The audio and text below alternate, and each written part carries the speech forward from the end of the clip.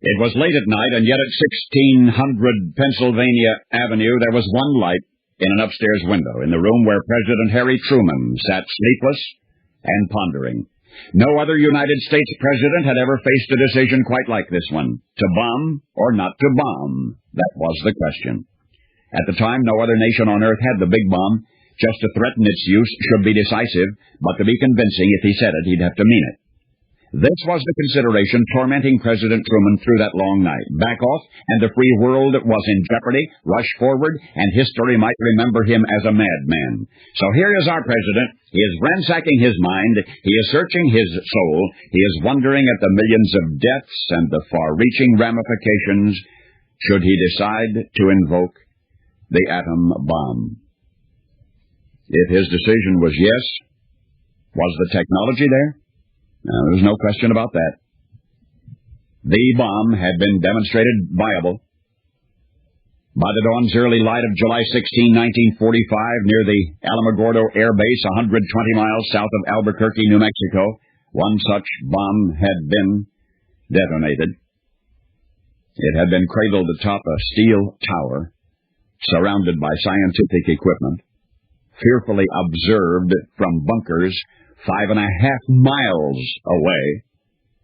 The brilliant flash of light made mountains 10 miles distant glow, and then and there was unleashed more destructive energy by 400 million times than anything ever before. So we knew it would work. That test day, the mushroom cloud had reached 7.5 miles into the sky, and the steel tower that had held the bomb was vaporized, just vaporized. The desert floor was fused into a mile-wide crust of glass. So yes, we knew the bomb would work.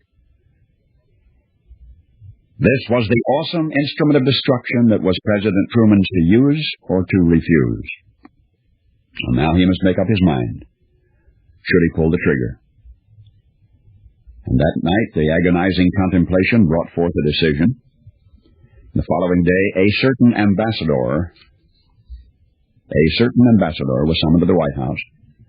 Senator Henry Jackson of Senate Armed Services was present as a witness when President Truman told the ambassador, "We're going to drop it on you. We're going to drop it on you." No, this time the president did not drop the bomb. This time he didn't have to. Hiroshima and Nagasaki had already been obliterated in August of 1945. That was a year previous. So this new adversary knew that our country, our president, meant business. And this new adversary quickly complied with President Truman's demand to get their troops out of Iran within 48 hours. Indeed, they were out of Iran in 24 hours after Ambassador Andrei Gromyko relayed word that this was not a bluff, that Harry Truman was quite prepared and willing to make a wasteland out of Moscow. Out of Moscow? Out of Moscow. And now you know the rest of the story.